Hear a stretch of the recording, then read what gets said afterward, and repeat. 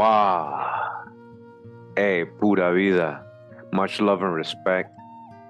Thanks for tuning in once again. I haven't done one of these parts in a long time. I wanted to finish this book a little bit because it gets deep, with personal stories of certain chiefs, certain American Indians known historically, things that they said that they never told us about. And today we're going to be talking about Black Hawk, a Sauk chief. Again, this is part 5. I want to bring you to my page right here. In case you guys don't know, I have a playlist. And if you go to my main page, you can see the tabs right here: videos, shorts, lives, playlists. You tap on playlists and you're able to find all the different playlists I have that created so far. In case you want to see this particular series, you got Let Me Be a Free Man. That's what it's called. Again, this is part 5. And the different playlists I have, you guys can go check them out. Let Me Be a Free Man, a documentary history of Indian resistance, compiled and edited by Jane B. Katz. I'm on page 34 of this book, and we're going to be talking about and reading about Black Hawk. After Tecumseh's death and the crumbling of his alliance, a new leader emerged to continue the struggle against white expansion. All right, so dodge the hijack. When they're saying white, they mean European expansion. These Europeans were both pale skin and dark skin, so-called Negro Europeans, so-called Black Europeans. This leader was Black Hawk, warrior chieftain of the Sauk Indians. All right, so after Tecumseh's death, we're going to do a video about somebody that was fighting with Tecumseh during the day he died and his story. And Black Hawk is also involved in that story with that person. So I wanted to go ahead and read about Black Hawk first so you guys can understand who Black Hawk was before I do the other video. So again, Black Hawk is a Sauk Indian, Sauk or Fox Indian, born in 1767 at the mouth of the Rock River in Illinois. Black Hawk became chief of his tribe at the age of 21. For a long time, he watched as white settlers swarmed into Illinois and Wisconsin, claiming lands long held by the Sauks and their allies, the Fox Indians. In 1804, when a few Indians were tricked into signing a treaty surrendering all tribal lands east of the Mississippi River, Black Hawk exploded. All right, they got tricked into signing a treaty, and he didn't like that. He claimed that the terms of the treaty had not been made clear to the Indians and that they had signed it under the influence of alcohol and without the consent of their tribesmen. So you guys see what kind of business dealings they were doing? Black Hawk's grievances were valid enough, but they mattered little to the U.S. government. By 1820, European homesteaders had overrun tribal lands in Illinois and Wisconsin, disturbing sacred burial sites and driving the Indians from their homeland. Eventually, the Indians split into two opposing factions. The larger group, led by Chief Keokuk, bowed to European demands and moved to a reservation in Iowa. The other one, led by the fiery Chief Black Hawk, resolved to remain on its land and to resist the westward movement of the European man. My reason teaches me that land cannot be sold, declared Black Hawk, denouncing the Treaty of 1804. All right? So Black Hawk ain't having it. He's like, I ain't making no treaty. You guys are taking our land. This is our land. You cannot buy it, and it's not for sale. Now they're talking about that there was a Chief Keokuk that was down with the European settlers and helping them. We had a lot of chiefs doing that, unfortunately. And that's what my next video is going to be about. And it involves Tecumseh and another person, and also Black Hawk, which we're going to be learning about today. But this person, Chief Keokuk, is very interesting because we have actual pictures of him, colorized. I want to show you guys what Chief Keokuk looks like.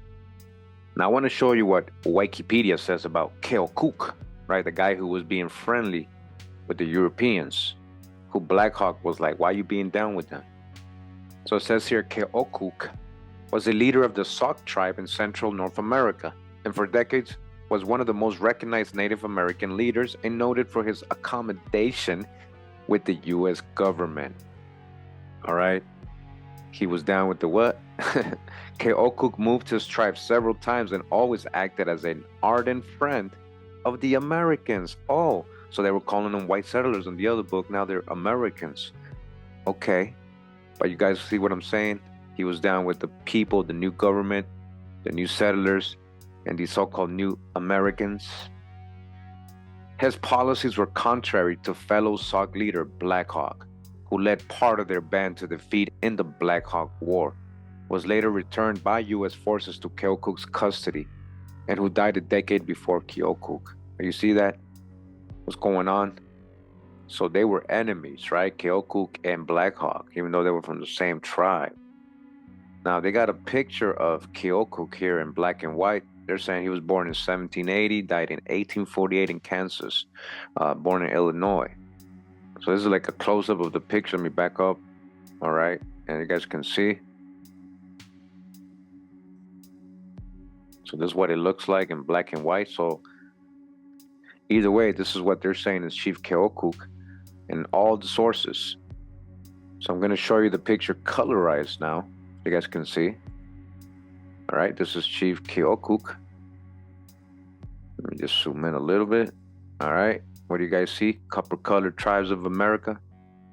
So-called black. Swarty. Dark skin. You see the necklace? Wakanda. You see, we had that all here. His Swarty hand. His Swarty complexion. That little turban going on here. When we're talking about black on black crime, it's been going on. And a lot of people, you know, a lot of chiefs, unfortunately, were helping the wrong side. We can give a lot of them the benefit of the doubt. A lot of them supposedly did it because they just didn't want war and they didn't want their people to keep dying. Still, was all this the right thing to do? Did they make the right decisions? So again, it's not all about color. It is not just about Europeans coming and easily taking over. A lot of the time, they had help from local chiefs. All right, so we're returning to the book. Continue to read about Black Hawk's resistance. And it says here, Black Hawk and his Sauk supporters joined forces with the Foxes, the Winnebagos, and the Potawatomis. Then in April 1832, with several hundred warriors, Black Hawk began the fight to recapture tribal lands, all right? He was fighting to what? Recapture his tribal lands, the land. Not just to kill people, not because he wanted to be almighty, powerful emperor of the land. He was doing this for his people because he knew he had to, or else they were going to lose their lands forever. During the first 3 months of what came to be known as the Black Hawk War, the Indians attacked numerous frontier settlements and avoided capture. But after U.S. troop reinforcements arrived on the scene, Black Hawk was forced to retreat and then to surrender. Along with his 2 sons, the defeated chief was led to prison in chains. All right, so that's unfortunate what happened to him and his family. Before we continue, I want to show you guys how they were depicting Black Hawk in most primary sources and historical real sources. Now we're in Getty Images, and don't worry, I'm going to bring you to the primary source where they got this drawing from. I just want to show you guys. So this is what they got Black Hawk like in this image, in this depiction. And you tell me, is that a pale-skinned person, so-called white Indian? This is a so-called black man. They will call him a so-called black man, African American, and he ain't even African. The worst thing about it is they're trying to make you pay $500 to be able to download this picture. $500. So you're like, nah, I don't want this picture that bad, do I? Or maybe I do. Here's another depiction also from Getty Images, almost similar picture, as you guys can see here. So now I want to bring you to this book. This is where they're getting that image from. Okay, what is this book?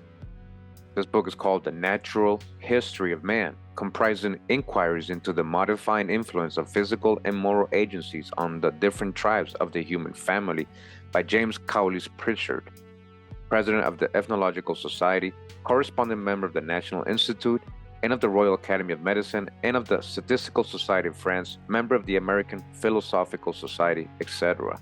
Okay, this is volume 2. And I go about the middle of the book, and this is what they got right here. You guys see? You remember who you are? Makata Mish Oka Cook, the Black Hawk, a Sauk chief, copper-colored tribes of America. Do you guys see? So you got Black Hawk, a so-called black man, American Indian, and another so-called black man, American Indian, going at it. Who was right? The reason I'm showing you guys this is because if you Google Black Hawk, you're going to get a lot of whitewashed images and different depictions. You're going to see this one pop up, though, a lot. Now, this was one artist that made him. We got another one, which is Catlin, a famous painter, right? George Catlin also painted Black Hawk. And this is the image, almost very similar, but this is the image and painting of George Catlin. Again, copper-colored tribes of America. Halcón Negro. You see down here it says Black Hawk. Halcón Negro. The Black Hawk. Why was he called Black Hawk? All right, so dodge the hijack. He's not African. He's not mulatto. He's not mixed with an African. And he's not a Mongol. He's an American Indian. Now that you guys have a clear perspective of who Black Hawk was, what he most likely looked like. So when we read about Black Hawk and what he has to say, we feel it a little bit more, right? We understand the struggle. Let's go back to the book. The Black Hawk was forced to retreat and then to surrender because of who? Keokuk. Because of Keokuk was helping the settlers and the U.S. Army and the government. So he had to surrender along with his 2 sons. The defeated chief was led to prison in chains. Following his release from prison in 1833, Black Hawk visited President Andrew Jackson and told him, "I took up the hatchet to avenge injuries which my people could no longer endure." Government officials later took the weary chief on an extensive trip to impress him with the strength of white America. Then they told him to be a good Indian and keep the peace, which he in fact did.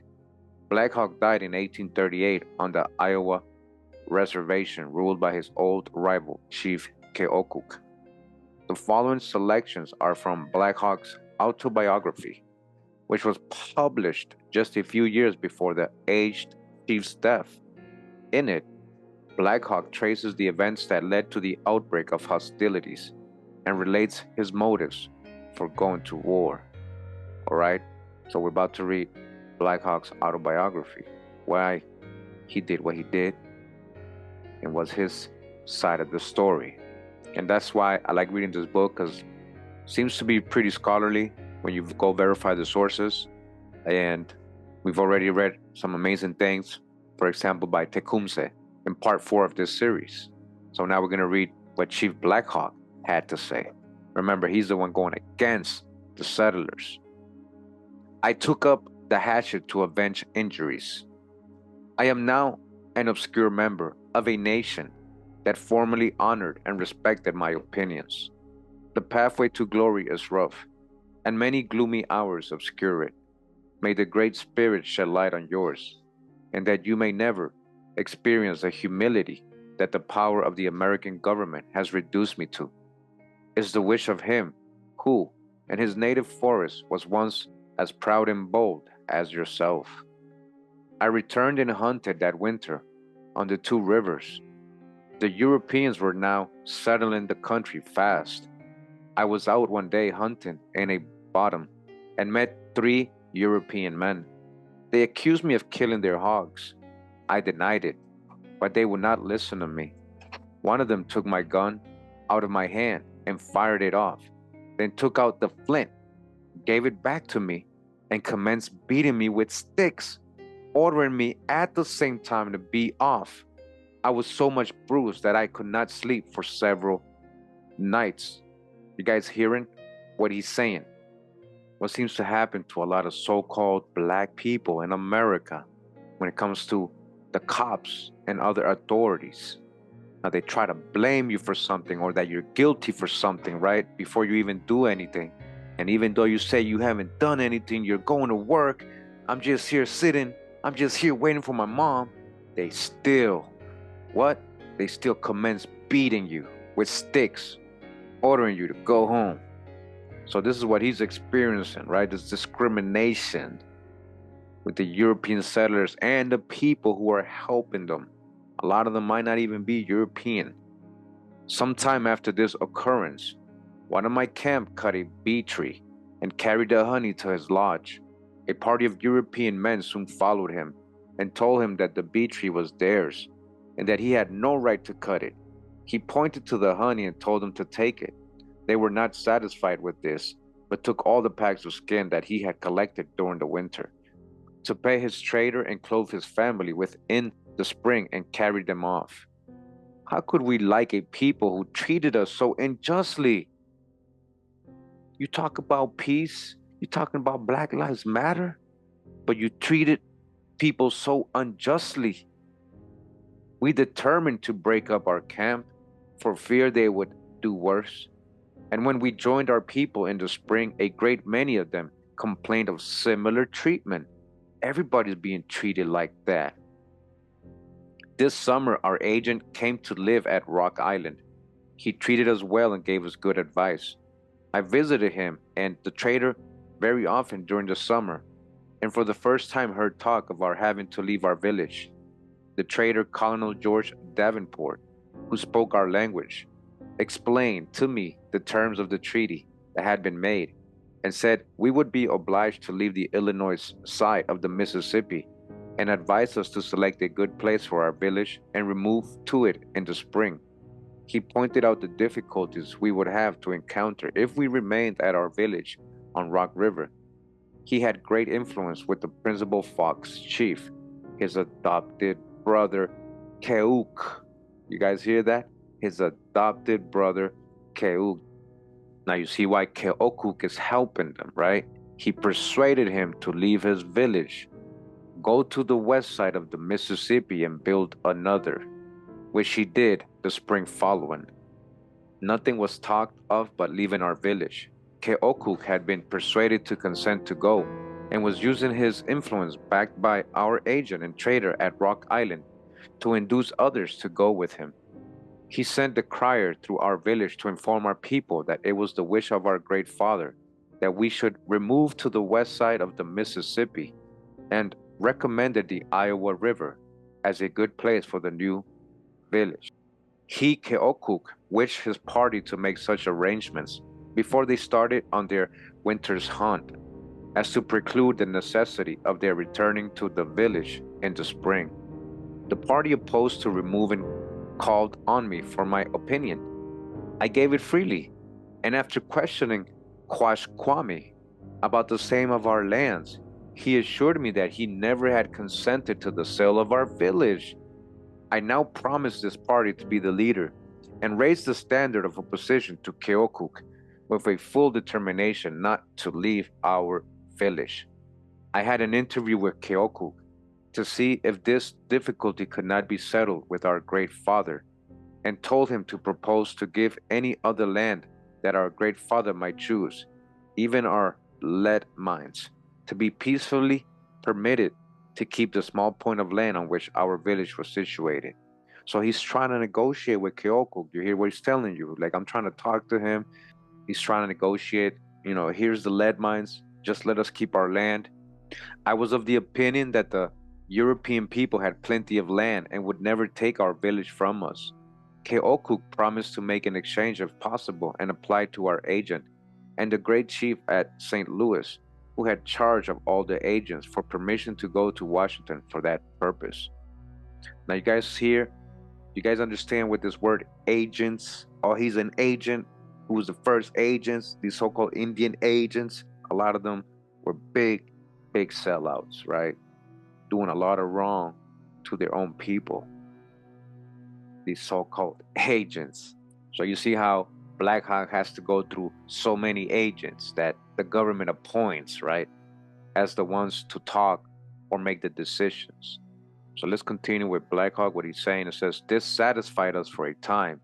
We started to our hunting grounds with good hopes that something would be done for us during the winter. I received information that 3 families of Europeans had come to our village and destroyed some of our lodges, were making fences and dividing our cornfields for their own use. They were quarreling among themselves about their lines of division. I started immediately for Rock River, a distance of 10 days' travel, and on my arrival found the report true. I went to my lodge and found a family occupying it. I wished to talk to them, but they could not understand me. I then went to Rock Island. The agent being absent, I told the interpreter what I wanted to say to these people. For example, not to settle on our lands, nor trouble our fences, that there was plenty of land in the country for them to settle upon, and that they must leave our village as we were coming back to it in the spring. So you see what they were doing, relocating people, talking about you guys can come back in the spring. At the same time, while they were gone, they were settling Europeans or foreigners there. So by the time they came back in the spring, it wasn't theirs anymore. The interpreter wrote me a paper. I went back to the village and showed it to the intruders, but could not understand their reply. I presumed, however, that they would remove, as I expected them to. I returned to Rock Island, passed the night there, and had a long conversation with the trader. He advised me to give up and make my village with Keokuk on the Iowa River. I told him that I would not. I then started by way of Rock River to see the prophet, believing that he was a man of great knowledge. When we met, I explained to him everything as it was. He at once agreed that I was right and advised me never to give up our village for the Europeans to plow up the bones of our people. All right? And who's he talking about? When he says the prophet, he's talking about Tecumseh. These 2 chiefs were powerful and very troublesome to the American government. And he told Black Hawk, yes, you're right. Don't ever give up your village. I'm not giving my village up. I'm fighting to the end, and you should too.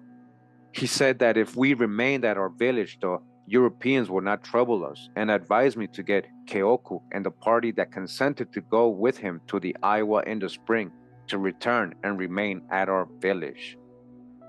Now, before we continue, I want to show you guys the picture drawing of they have of Black Hawk here. So they say Black Hawk, right? And this is what I was saying.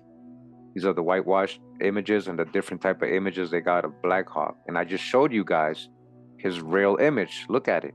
Totally different. All right? Totally different. You guys see? Dodge the hijack. I told you. They stay whitewashing images. Let's continue with Black Hawk.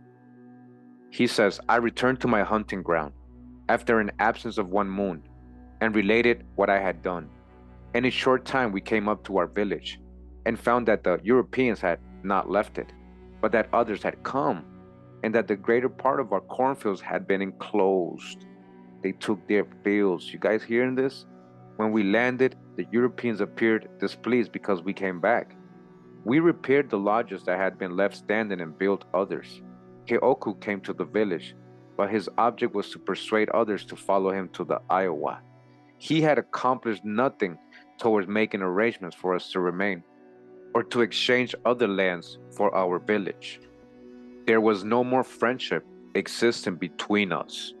I looked upon him as a coward and no brave to abandon his village to be occupied by strangers. All right, you hear what Black Hawk is saying? That's why you don't know much about Black Hawk, and that's why there was a Black Hawk War, because he wasn't trying to beat down and sign treaties and give away his land. And he's calling Keokuk a coward. What right had these people to our village and our fields, which the Great Spirit had given us to live upon? All right? They didn't buy this land. It was given to them as their lot by the Great Spirit. During this summer, I happened at Rock Island when a great chief arrived, whom I had known as the Great Chief of Illinois, Governor Cole. All right, that's his name, Governor Cole. This chief of Illinois got a European name, in company with another chief, who I have been told is a great writer, Judge James Hall. Again, these are chiefs he's talking about. I called upon them and begged to explain the grievances to them under which my people and I were laboring, hoping that they could do something for us. I insisted on explaining to these chiefs the true situation of my people. They gave me their assent. I arose and made a speech in which I explained to them the treaty made by Quashquame and 3 of our braves, according to the manner the trader and others had explained it to me. I then told them that Quashquame and his party positively denied having ever sold my village, and that as I had never known them to lie, I was determined to keep it in possession. I told them that the European people had already entered our village, burned our lodges, destroyed our fences, plowed up our corn, and beat our people. They had brought whiskey into our country, made our people drunk, and taken from them their horses, guns, and traps, and I had borne all this injury without suffering any of my braves to raise a hand against the Europeans. I did not think it possible that our great father wished us to leave our village, where we had lived so long, and where the bones of so many of our people had been laid. The great chief said that as he no longer had any authority, he could do nothing for us, and felt sorry that it was not in his power to aid us, nor did he know how to advise us. Neither of them could do anything for us, but both evidently were very sorry. It would give me great pleasure at all times to take these 2 chiefs by the hand. That fall I paid a visit to the agent before we started to our hunting grounds to hear if he had any good news for me. He had news. He said that the land on which our village now stood was ordered to be sold to individuals, and that when sold our right to remain by treaty would be at an end, and that if we returned next spring we would be forced to remove.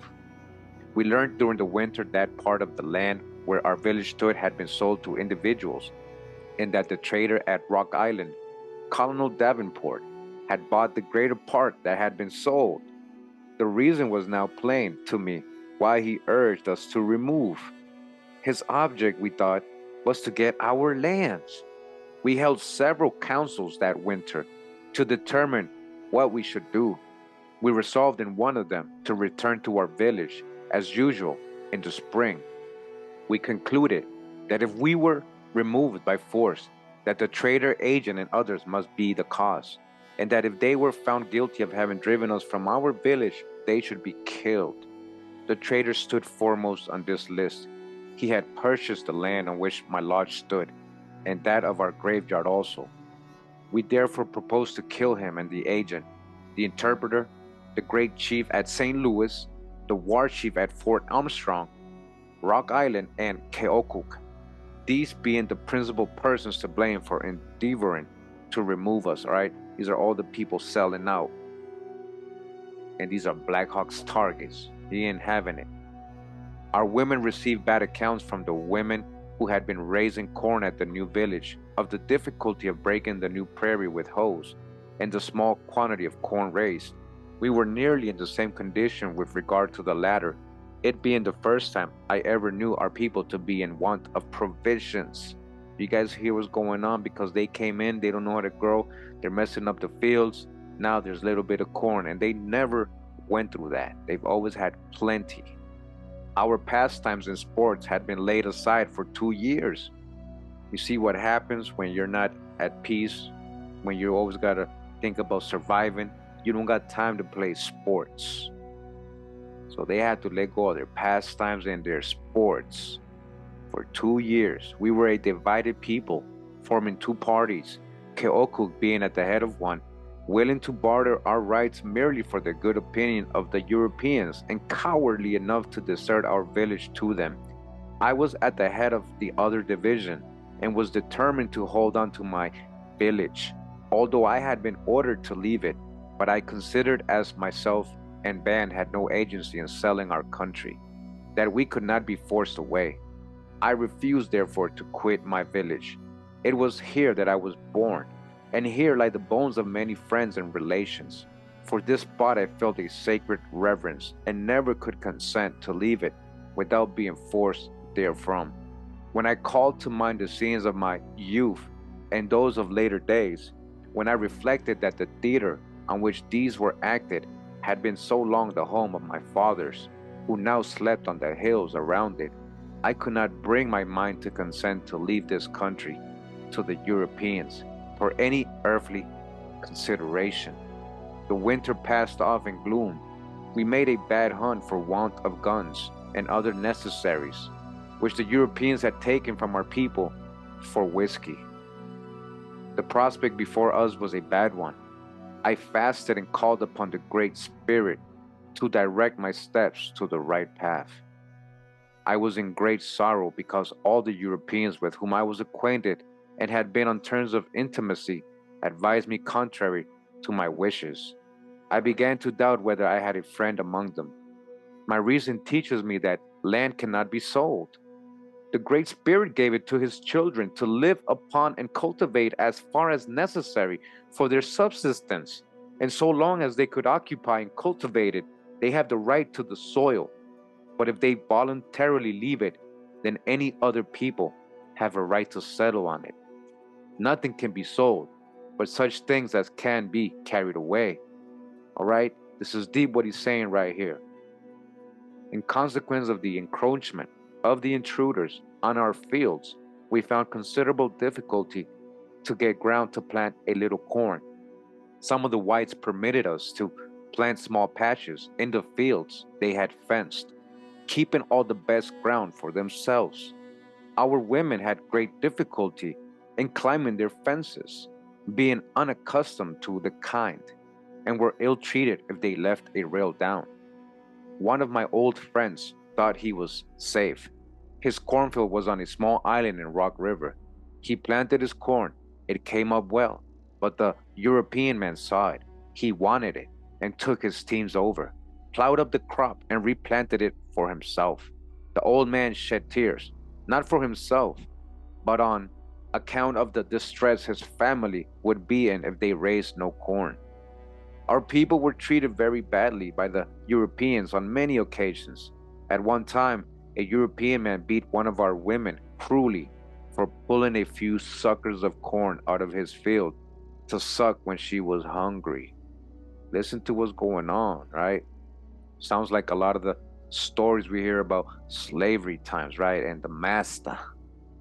At another time, one of our young men was beat with clubs by two European men for opening a fence which crossed our road to take his horse through. His shoulder blade was broken and his body badly bruised, from the effects of which he soon after died. All right, hear what's going on? Bad and cruel as our people were treated by the Europeans, not one of them was hurt or molested by our band. I hope this will prove that we are a peaceable people. Having permitted 10 men to take possession of our cornfields, prevent us from planting corn, burn our lodges, ill-treat our women, and beat to death our men without offering resistance to their barbarous cruelties. Beat to death our men. How real is this in today's society? Innocent people getting beat to death. This is a lesson worthy for the European man to learn, to use forbearance when injured. We acquainted our agent daily with our situation, and through him the great chief of St. Louis, and hoped that something would be done for us. The Europeans were complaining at the same time that we were intruding upon their rights. They made it appear that they were the injured party and we the intruders. They called loudly to the great war chief to protect their property. How smooth must be the language of the Europeans when they can make right look like wrong and wrong look like right. This reminds me of Kyrie Irving and Kanye, how they make right look wrong and wrong look right.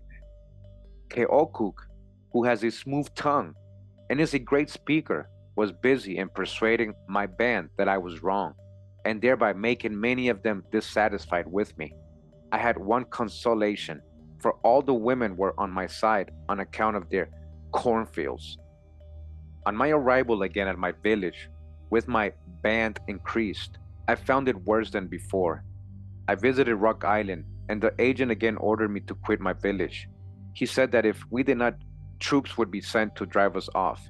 He asked me if the great chief at St. Louis would give us $6,000 to purchase provisions and other articles if I would give up peaceably and remove to the west side of the Mississippi. Now listen to how they're trying to bribe him with money.